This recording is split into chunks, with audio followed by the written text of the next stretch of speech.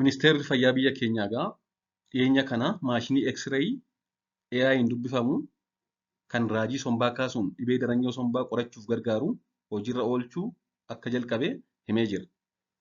Maashinoota X-ray AI'n dubbisu kanas 225 kan ta'anis deeggarsa dhaabbata fayyaa addunyaa irraa argateen dhaabbilee fayyaaf raabseera. Mee waa'ee X-ray maashinii AI'n dubbifamuu kana amma isinitti hima. X-ray maashiniidha. Garuu immoo nama miti kan dubbisu riizaaltii isaa AI'tu dubbisa, artificial intelligence'tu dubbisa jechuudha. Kunis dhibee TB sombaa qorachuuf kan gargaarudha. X-ray maashinii kun xiqqoo kan taatee fi bakkaa bakkatti sochootu kan chaarjiin hojjettudha.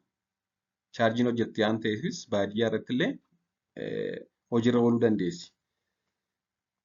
Raajii sombaa kaasti. Erga raajii sombaa kaastee immoo ofuma ishee artificial intelligence qabdi kan X-ray sana dubbisu. AI'n kun immoo maal godhaa? Dhibeen TB jiraachuu isaa 0 hanga 100tti lakkoofsaan keessi. Erga lakkoofsaan keessee qabxiidhaan keessee booda qabxii kana immoo ogeessi fayyaa ilaalee X-ray'n nama kanaa dhibee TB hin shakkisiisa moo hin shakkisiisu? Baay'ee shakkisiisa moo giddu galeessadha moo gonkumaa hin shakkisiisu kan jedhu erga ilaalee booda qorannoo dabalataa taasisuuf gargaara jechuudha. Fakkeenyaaf akkiitaaf akka ilaalamu taasisu. Teknooloojiin kun egaa waan kana kan dhibee TB sombaa kana dafee bu'aa qorannoo baasuu akkasumas bakka ogeeyyiin raadiyooloojistii hin jirretti yookaan immoo jiraataniillee bakka isaan baay'ee hojiin itti baay'atu biizii ta'anitti dhibee TB qorachuuf ogeeyyii fayyaa deeggaruuf gargaara. Kana malees qorannoon isaa tola kan kennamudha. Akkasumas immoo immediately yeruma sana yeruma namni sun raajii ka'u AI'n sun dubbiseeti riizaaltii isaa gamana ka'a jechuudha. Kanaaf dafanii xumuruu fi dafanii adda baasuuf ni gargaara. Tiraayij gochuuf ni gargaara jechuudha peeshentii.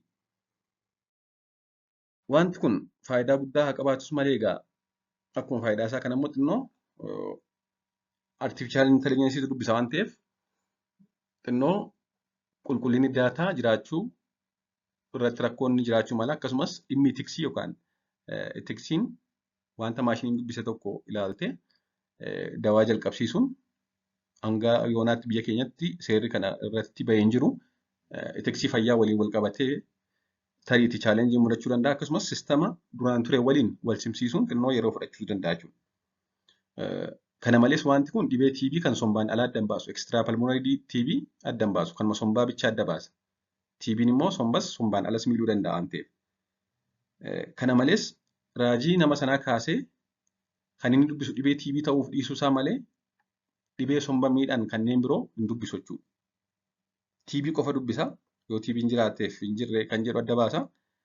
Akkasumas immoo sombi miidhamee dhibee biraadhaan yoo miidhame dhibeen isaa kan hin jedhu TB bichaa ilaala waan ta'eef. Akkasumas dhibee TB kan sombaan alaa hin dubbisu jechuudha.